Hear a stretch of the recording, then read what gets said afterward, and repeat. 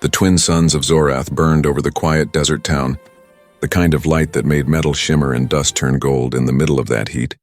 An old human named Eli Grant sat outside his repair shop wiping oil off his hands. He had been waiting for one thing for months: his mail-order bride from Earth. The agency promised her arrival today, and the delivery shuttle had just landed outside the town square. He checked his reflection in the window, fixing his shirt and brushing his gray beard. He wasn't a rich man, but he was kind and honest. Life on an alien world was lonely, and after years of working alone, fixing alien engines and human machines, he wanted someone to share his small house with, someone who would talk, laugh, and maybe make this barren world feel like home again.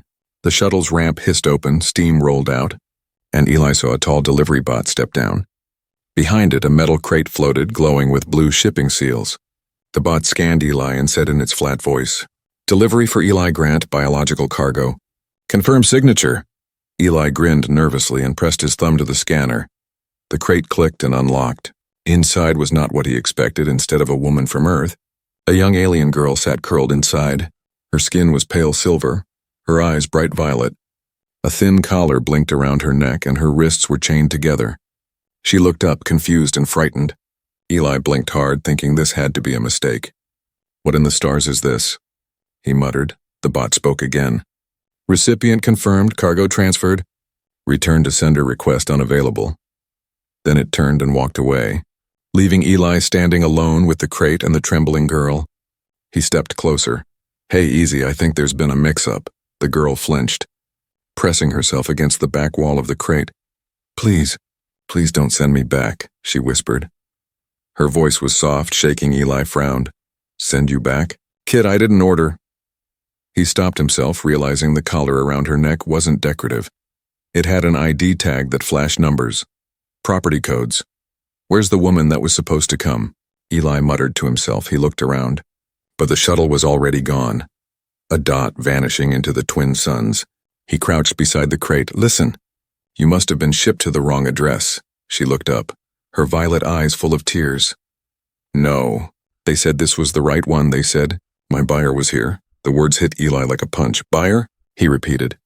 His stomach turned. No, I'm not anyone's buyer. I'm just a mechanic." She seemed even more confused. "You're human, right?" "They said humans like slaves, especially small ones." Eli's face went pale. He stood up quickly. "That's not true," he said firmly. "At least not me." She stared at him, uncertain if she could believe that. Eli took a slow breath, trying to think. He couldn't just leave her there. Not in that crate under the burning suns. He gently extended his hand. "Come on out." "You'll burn up sitting there." The girl hesitated but slowly stepped out. Her feet touched the hot sand and she winced. Eli quickly gave her his worn boots. "Here, these will do for now. What's your name?" he asked. She looked down. "They called me Leary, but my real name... My mom gave me another one, I forgot." Eli swallowed. She looked about 15, maybe 16, too young to be working, let alone sold. "Leary, huh? All right, Leary, you're safe here for now." Her eyes darted around. "Safe? Nowhere's safe if they find out I'm gone." "They'll come." Eli didn't know who they were, but he could tell from her shaking hands that she wasn't lying. He sighed deeply. "All right, kid, let's get you inside. We'll figure this out." Inside the shop, fans hummed and tools clinked softly. Leary sat on a bench, her eyes following every sound. Eli poured her some water. She drank quickly, almost desperately. "You came from one of the trade worlds?" he asked gently. She nodded. "From Rinka. My mom worked in the factories. When she got sick, they took me instead to pay her debt." Eli froze. "They sold you?" She nodded again. Silent tears rolling down her face. Something in Eli snapped. He'd seen many cruel things in the colonies, but this was worse. "Not anymore," he said, voice low but strong. "You're not property, you hear me?" Leary looked at him, unsure how to react. No one had ever said that to her before. Suddenly the door alarm buzzed. A delivery drone hovered outside, scanning the shop. "Notice," it droned. "Cargo delivery error detected. Correction team en route." Eli's heart raced. "They're coming back for you," he whispered. Leary stood quickly, terrified. "Please, don't let them take me." He grabbed a wrench, eyes cold now. "They'll have to go through me first, through the window." Red lights flashed across the dunes. The correction ship was landing. Eli looked at the trembling alien girl. then at his worn-out shop full of tools and parts. He made a decision that would change both their lives forever. "All right, kid," he said. "If they think they can take you, they picked the wrong human." Outside, engines roared, dust swirled, and the first armored enforcer stepped out of the ship. But Eli Grant was already standing in the doorway, ready. The suns burned hotter, the air trembled, and a storm of fate began to rise over the quiet desert town. The desert wind howled outside the small workshop, carrying with it the sound of engines from the approaching correction ship. Inside, Eli locked the door and pushed a heavy metal shelf in front of it. Sparks flew from a loose wire above, lighting the fear in Leary's violet eyes. She stood frozen, clutching her chained wrists. "They found me," she whispered, her voice breaking. Eli grabbed his old plasma wrench. "Not yet they haven't," he said calmly, even though his heartbeat thundered in his chest. "How many are they?" "3, maybe 4, Leary said, trembling. "They wear black suits and their eyes shine red. They're not people anymore." Eli frowned. "Enforcers," he muttered. "Corporate machines in flesh." He had repaired their armor once, cold. Cruel tech built to obey orders, not mercy. The ground shook as the correction ship landed outside. Metal boots clanked closer. Eli turned off the workshop lights and motioned for Leary to hide behind the generator. She ducked quickly, pulling the chain tight so it wouldn't rattle. The door exploded open, smoke filled the air. A voice echoed, "Unit 37, recover asset designation Leary 7. Eli stepped out from behind his desk, pretending to look surprised. "You folks lost something?" The tallest enforcer scanned the room, its red eyes glowing. "Unauthorized human possession of classified cargo," it said coldly. "Step aside." Eli wiped sweat from his brow. "Listen, I didn't order any cargo." "There's been a mix-up. Correction teams do not make errors," the enforcer replied, raising a stun rifle before he could move. Eli flipped the main switch behind his workbench. The floor panels under the enforcers lit up blue. The shock grid activated, sending electric arcs through their armor. The nearest one fell with a sharp crack, smoke rising from its joints. "Run!" Eli shouted. Leary darted out, her chain glinting in the sparks. Together they rushed through the back door into the scorching sunlight. The ship roared behind them, warning shots blasting sand into the air. Eli led her toward the old scrapyard, his secret maze of broken machines and twisted metal. It was his graveyard of forgotten tech, but now it became their hiding place. Leary stumbled, gasping, "Why are you helping me?" Eli didn't answer right away. He just kept moving until they reached a hollowed-out transport hull. Only then he turned to her. "Because no one else will," he said. "And I've seen enough slaves in my life." She looked at him, her face streaked with sweat and sand. "You don't even know who I am." He gave a dry chuckle. "Doesn't matter, you're a kid." Leary lowered her eyes, then whispered, "I'm not just a kid. My mother was a researcher for the Royal Corps." Eli froze. The Royal Corps was the most powerful research division in the Zorath Empire. "You're kidding," he said. "That's impossible. They don't let families live off-world," she ran. Leary said. "She hid me on Rinka, but they found us. They said she broke the rules. They took her away and sold me." Eli felt a chill crawl down his spine. He realized this wasn't just a shipment mistake. This was something much darker. "You mean they hunt their own people too?" "Yes," she whispered. "Anyone who helps humans or crosses the Empire. They called me an experiment. My mother said I was special, but I think she just meant different." She looked down at her hands, and for the first time Eli noticed faint silver lines under her skin, glowing softly. "What's that?" he asked. Leary looked scared. "I can talk to machines sometimes," she said. "When I touch them, they listen." Eli blinked. "Listen?" She nodded. "Engines, circuits, locks, anything metal." Eli whistled low. "Well, that explains why they want you back." Suddenly, they heard voices echoing through the scrapyard. The enforcers were spreading out, red lights scanning between piles of scrap. Eli crouched, whispering, "Can you shut their sensors off?" Leary bit her lip, then crawled to a fallen drone half buried in sand. She touched the side of its cracked shell. Her fingers glowed faintly, and the drone's eyes flickered to life. "Talk to them," she murmured, and the drone's light blinked twice in response. Then all the enforcer helmets nearby began to spark and hum. Their systems glitched, red lights fading out. Eli grinned. "Remind me never to make you angry." Leary smiled faintly for the first time, but it faded fast. "They'll come back stronger." They always do. Eli nodded. Then we move before they regroup. He took a deep breath and looked toward the horizon. There's an old smuggler I know in the southern ridge. He owes me a favor. Maybe he can get us off this planet. Leary hesitated. If you help me, they'll hunt you too. Eli picked up his plasma wrench and shrugged. Kid, they've been hunting humans since before you were born. I stopped caring a long time ago, as the suns began to set, painting the desert in blood and gold. They moved through the wreckage. Step by step, two fugitives, one human, one alien, bound together by chance and danger. Behind them, one enforcer's helmet flickered back on. A distorted voice whispering, "Target reacquired." Leary turned her glowing eyes toward Eli. They won't stop. Eli looked at her and smiled grimly. Then neither will we. The wind screamed again, and under the dying light, the mechanic and the alien girl vanished into the desert night, leaving behind a smoking workshop, a broken ship, and the beginning of a rebellion that neither of them yet understood. The twin moons rose over the desert, painting the wrecked ships and scrap towers in silver light. Eli and Leary moved through the darkness, their shadows long and silent every few steps. Leary glanced over her shoulder, afraid the red lights of the enforcers would reappear. They reached an old shelter carved into the rock wall. Eli had built it years ago when he first came to this world. A place to hide from sandstorms and debt collectors. He opened the rusted door, and they stepped inside. The air was dry, full of dust and old oil. You can rest here, Eli said, lighting a small lantern. Tomorrow we'll find that smuggler I told you about. Leary nodded, her thin frame trembling. Thank you, she whispered. Sitting on the metal floor, she rubbed the collar on her neck, trying to pry it open, but it didn't move. Eli sat beside her, looking at the blinking light on the collar. That thing has a tracker, he said, but it's not sending right now. Probably damaged when you ran. She looked up at him. Can you take it off? Eli frowned. Maybe, but if I mess up, it'll explode or lock tighter. Leary's voice shook. They said it keeps me alive, that it helps control my power. Eli tilted his head. Control it? What kind of power are we talking about?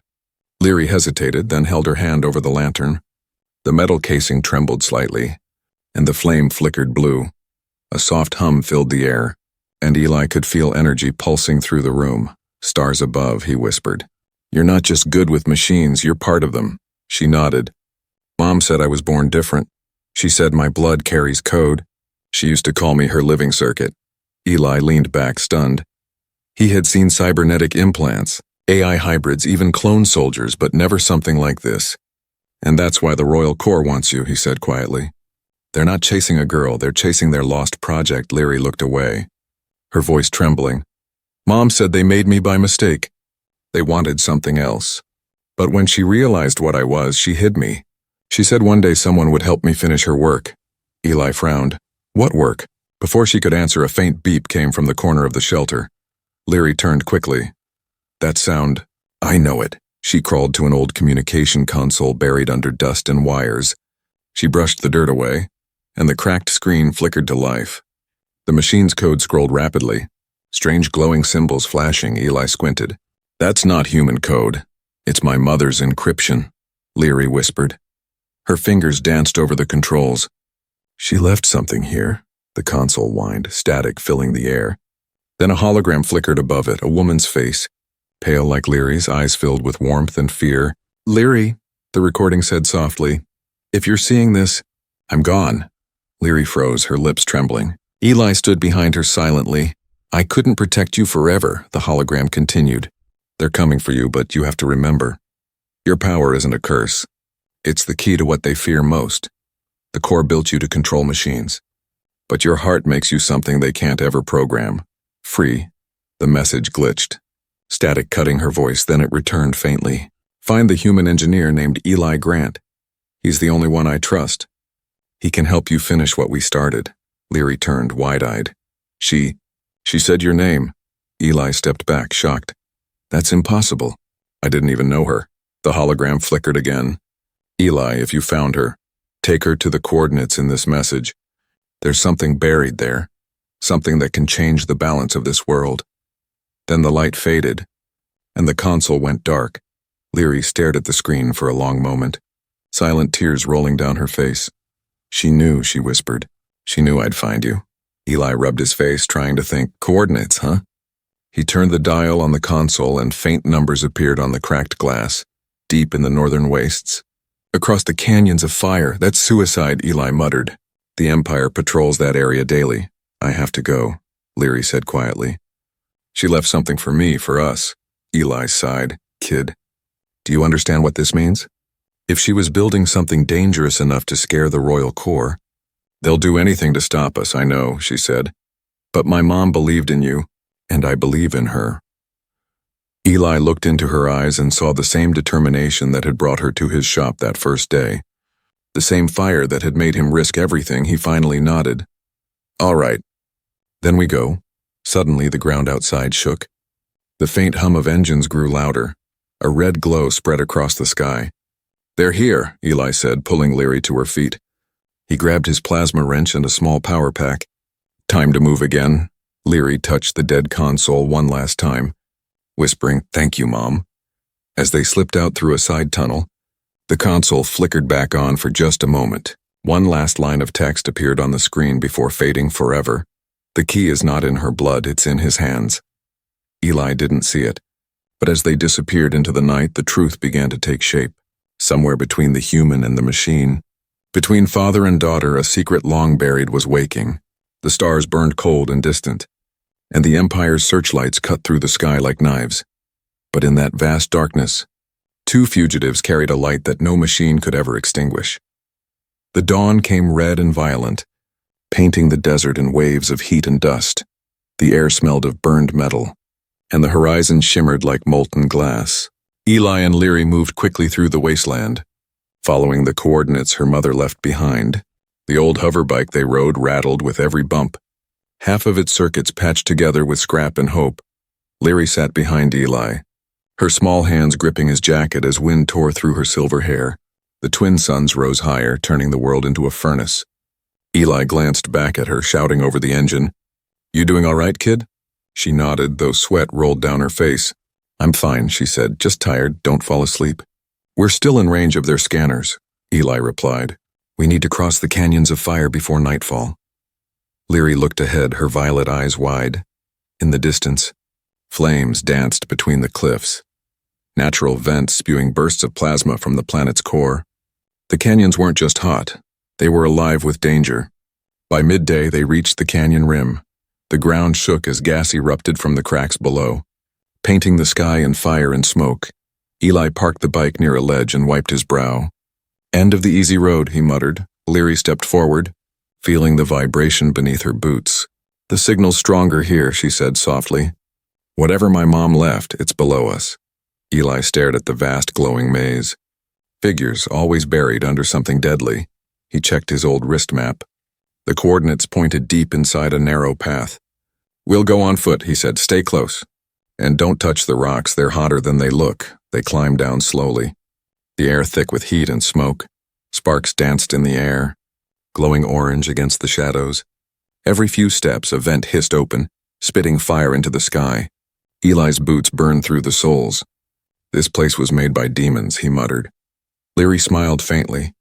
My mom used to say the universe hides its best secrets inside monsters. They reached a wide cavern glowing with red light. In the center stood a massive metal door half buried in stone. The symbol of the Royal Corps shimmered faintly on its surface. Leary walked closer. It's locked, she whispered, running her fingers over the symbol. Her skin began to glow again, lines of blue light spreading down her arms. But it's listening. Eli stepped back. Be careful.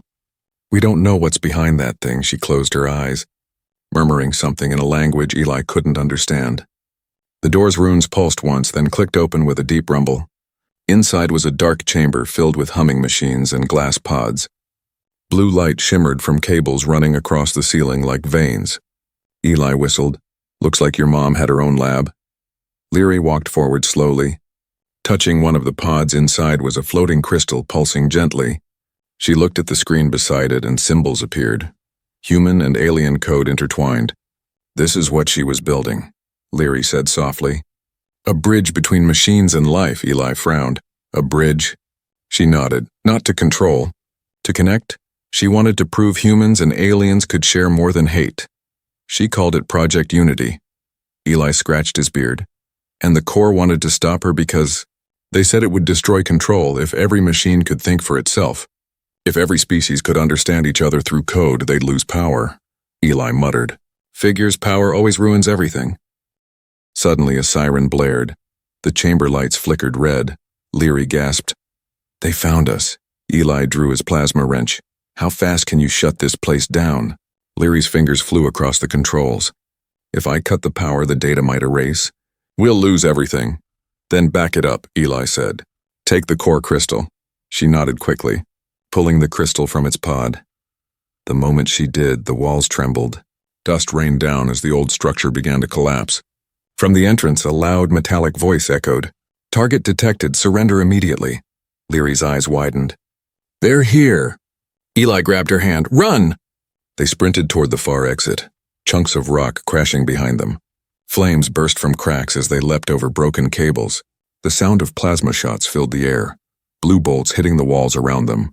One shot grazed Eli's arm, burning through his sleeve. He stumbled but kept going. Keep moving. They reached a narrow bridge across a molten river. The enforcers followed, their armor glowing red in the firelight. Leary turned, clutching the crystal. Her eyes shone bright blue. I can stop them, she said.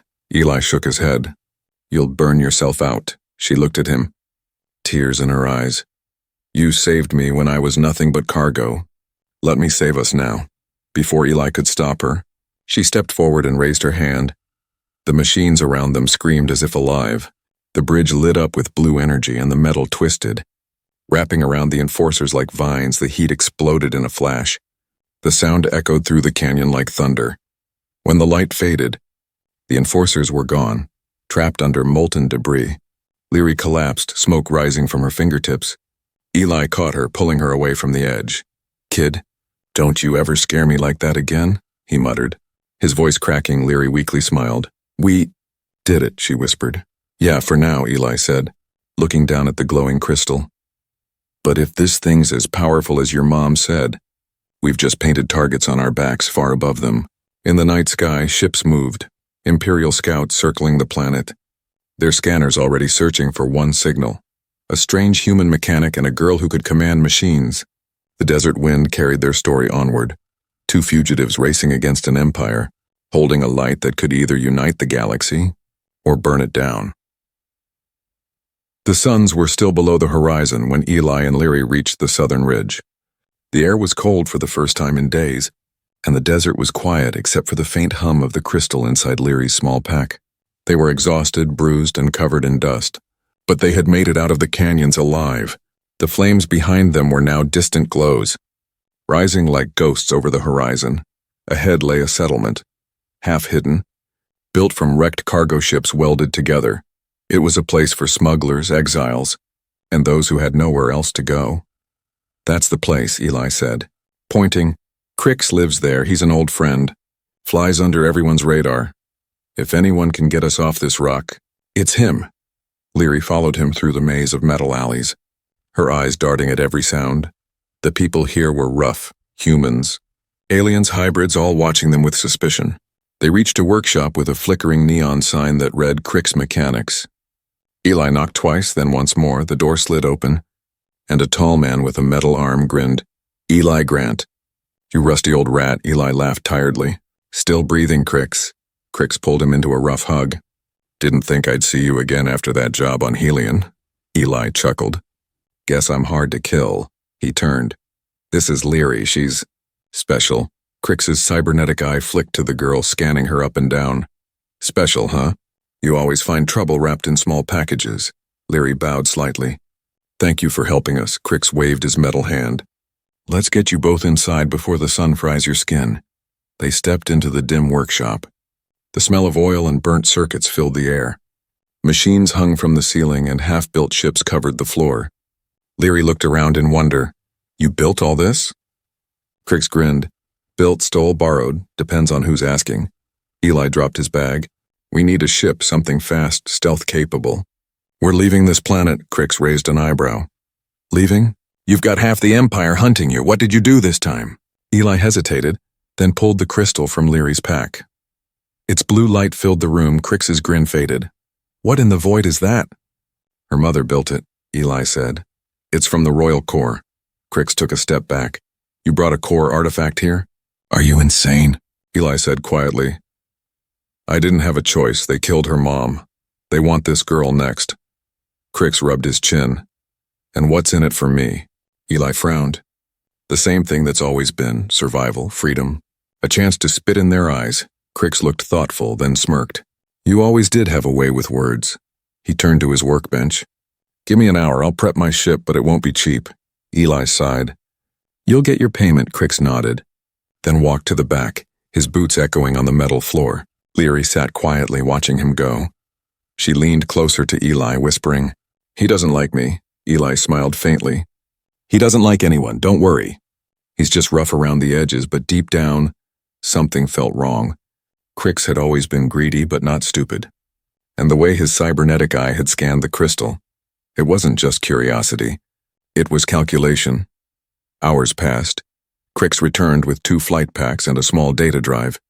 Good news, ship's ready, it'll take you to the outer colonies. No one will find you there, Eli frowned. And you? Crix shrugged. I'll stay behind, clean up the mess.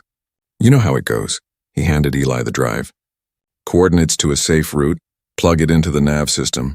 You'll be fine. They followed him out toward the hangar.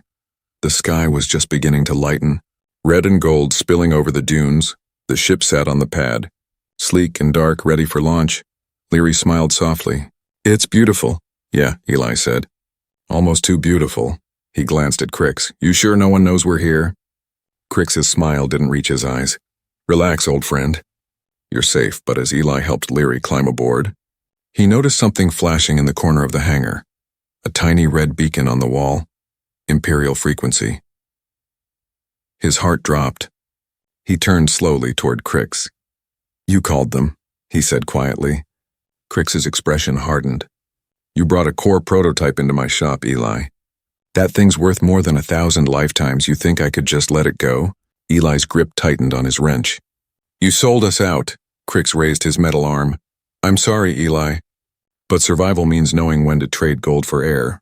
Before Eli could respond, the hangar doors exploded inward. Imperial enforcers stormed in. Weapons raised, Leary gasped, clutching the crystal. Eli grabbed her and pulled her behind the ship. Run, kid, Crix shouted. Don't make this worse, Eli. Hand her over and they'll let you live. Eli glared back. You don't know them, Crix. They don't let anyone live. He fired the ship's engine manually, blue fire roaring from its thrusters. The shockwave threw the enforcers off balance. Go, Eli shouted, shoving Leary toward the cockpit. Fly! Leary hesitated, tears in her eyes. What about you? I'll catch up. He lied. As the ship lifted, Crix lunged at Eli. They crashed to the ground, fighting among sparks and smoke. Crix's metal hand wrapped around Eli's throat. You ruined everything. Eli grabbed a live cable and jammed it into Crix's chest. Electricity surged, the smuggler screamed and fell. Sparks flying from his arm. Eli staggered to his feet just as the ship blasted through the hangar roof. Fire and dust raining down. Outside, Leary steered through the clouds. Looking back, her heart pounding. Eli, she whispered. Below, the flames swallowed the ridge, and the Empire's ships descended like vultures. The betrayal was complete, but so was the awakening. The girl who once begged to be bought now carried the future of 2 worlds in her hands, and she was no longer afraid. Smoke and fire painted the sky above the southern ridge. The once silent desert now echoed with the scream of ships and the crackle of plasma fire. The Empire had come in full force, black ships descending like vultures to feast on what remained. Eli stumbled out of the ruined hangar, his arm bleeding, his shirt torn. The wreckage around him burned orange, but he didn't stop. He could still see the trail of Leary's ship rising toward the dawn, a thin streak of hope cutting through the storm. He smiled faintly. Fly, kid, fly, he whispered. Behind him, the air shimmered and armored boots hit the sand. The enforcers had arrived, 10 of them. Their red eyes glowing in the smoke. Eli Grant, one of them announced. You are charged with harboring a royal asset and theft of classified technology. Surrender now. Eli spat blood. You people sure love long sentences. He tightened his grip on his plasma wrench, flicking the switch to overload. The weapon hummed with unstable power. You can't win, the enforcer said flatly. Your resistance is irrelevant, Eli smirked. Maybe, but it'll sure make a mess. Then he moved. He ducked behind a burning hull as plasma bolts tore through the sand. The wrench glowed bright blue as he struck a fuel cell. The explosion threw 2 enforcers backward, their armor shattering. The others advanced, their boots crunching over molten glass. Eli rolled behind a crate, breathing hard. His age weighed on him, but his eyes still burned with fire. "You think you're fighting for her?" the lead enforcer called. "But she was built for us." "She belongs to the Corps," Eli shouted back. "She belongs to no one." He triggered a remote on his wrist and buried under the sand. Several old mining drones roared to life. Their blades spun, cutting through metal and armor alike. Sparks filled the air as drones and soldiers clashed. Eli ran between them, striking one enforcer's leg. The plasma wrench cutting deep.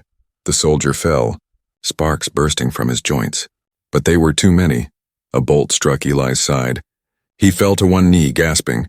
The world swam in red light and pain. Above him, the commander approached, lifting his rifle. "You should have obeyed." Eli raised his head, blood dripping down his chin. "Obeying's never been my thing." He pressed a button on his wrist console. A hidden cable from the workshop tower sparked to life, feeding power into the sand around him.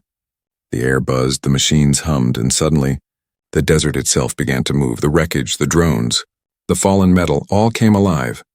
Pulled by the signal Leary had left behind, Eli smiled weakly. "Guess you taught me something after all." "Kid." The machines rose like an army of ghosts, slamming into the enforcers, ripping apart armor and weapons. The battlefield glowed with blue light from above. One of the Empire's ships fired down, trying to stop the surge. Eli grabbed a fallen detonator and whispered, "For her," before tossing it toward the fuel depot. The explosion tore through the ridge, fire consuming everything in a wave of light. The ground shook, sand turned to glass, and for a moment everything was silent high above. Leary's ship rocked as the shockwave hit. She grabbed the controls, heart pounding. "Eli!" she cried, her voice echoed through the empty cabin. And for a moment she thought she'd lost him forever. But then the crystal in her pack began to hum. A faint holographic signal flickered into view.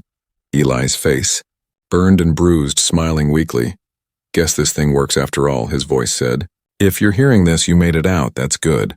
Means one of us still has a future." Leary's eyes filled with tears. "No." "Eli, please," she whispered. The recording continued. "Don't waste time crying. Kid, you've got her gift now, that crystal. It's alive. Same as you, protect it, learn from it, and for the love of the stars. Don't ever let them use it for war." She clutched the glowing crystal to her chest. "I won't," she promised. "I'll finish what Mom started." "And what you gave your life for?" The ship beeped. Warning lights flashing. Enemy craft approaching from behind. Leary wiped her tears and gripped the controls. Her eyes glowed faintly blue, the same light as the crystal. The ship responded instantly, every panel alive under her touch. "All right," she whispered. "Let's see what you can really do." The engines roared, and the small ship shot forward at impossible speed, diving through clouds of plasma fire. Twisting through the Empire's blockade, the enemy ships fired. But the girl and her machine moved as one, like a living storm. Down below, the ridge burned bright against the dawn, marking the grave of one human who had defied an empire. His final stand had bought her the stars, and as Leary's ship vanished into the endless sky, a faint transmission echoed through the Empire's comms. An old human voice saying, "You can't chain freedom forever." The enforcers tried to trace the source, but it was already gone, buried beneath the sand and fire. Carried away by the wind of a dying world, far beyond the horizon. The girl who once hid in a crate now flew toward destiny, and the legend of Eli Grant, the mechanic who fought the machines of gods, began to spread across the colonies, whispered in every shadow where hope still lived. Years passed, and the war that had once scorched the skies of Zorath faded into whispers. The Empire fractured under its own greed, and across the stars, small worlds began to dream again. Yet one name never faded from those dreams, Eli Grant, the human mechanic who defied the Corps high above a blue-green moon. A ship glided silently through the clouds, sleek and silver. Its pilot was no longer a trembling girl chained by fear.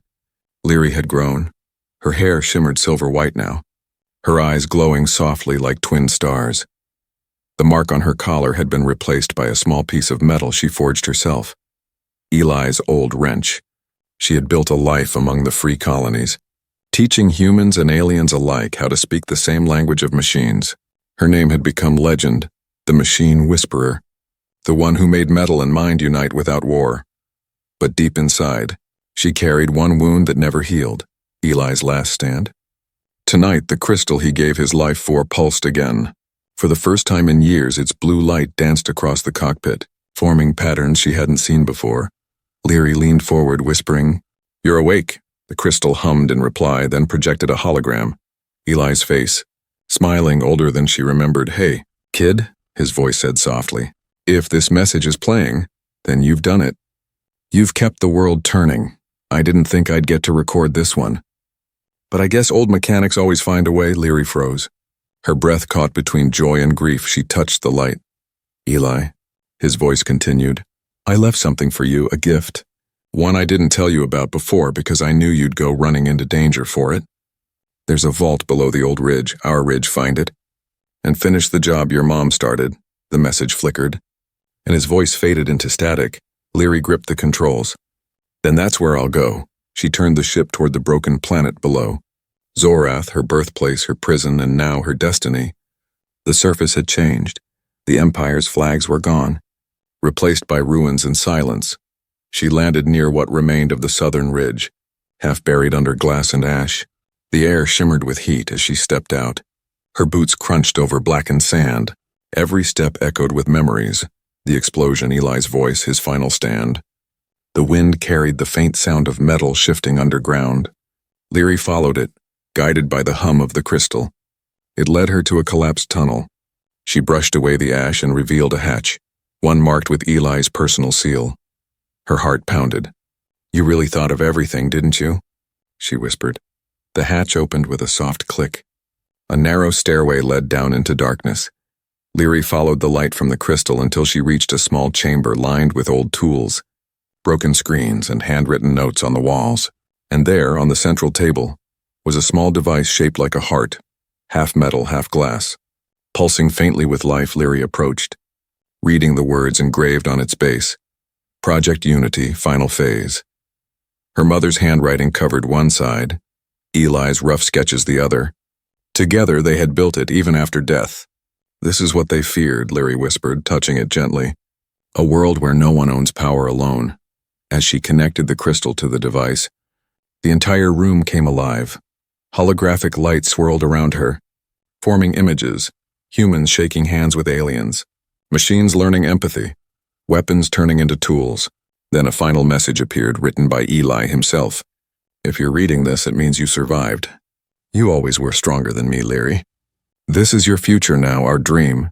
Use it not to rule, but to teach. Let them see what one human and one alien girl built together, not with blood, but with understanding." Leary's eyes filled with tears. She smiled softly. "You old fool, you never stopped believing." The ground shook faintly above. New ships were landing, not Imperial, but scouts from the colonies. They had followed her signal, curious and afraid. Leary stood tall, holding the device in her hands. "Time to show them," she whispered. She walked out into the open desert as the ships descended. Their pilots, human and alien, staring at her glowing form. One of them shouted through the comms, "Identify yourself." Leary raised the device high, its light shining across the dunes. "My name is Leary," she called, her voice clear and strong. "I am the daughter of the Corps' last scientist, and the student of the human who taught me what freedom means. This world is no longer theirs, it's ours." The light spread outward, connecting to every ship, every machine, every circuit within range. The planet itself seemed to breathe again. In the skies above, the clouds shimmered with blue energy, forming shapes, first of Eli's wrench, then of two hands, one human and one alien clasped together. The soldiers lowered their weapons, watching in silence as the ancient war finally ended, not with a battle, but with a spark of understanding. Leary smiled through her tears, whispering to the wind, "We did it, Eli." The crystal pulsed one last time, then faded, its light merging with the new dawn. As the twin suns rose over Zorath, the world that once burned with hate began to glow with something far rarer. A legend was born that morning, the tale of the mechanic and the alien girl who rewrote the stars. And somewhere in the quiet hum of the machines, a familiar voice seemed to whisper, "Good job, kid.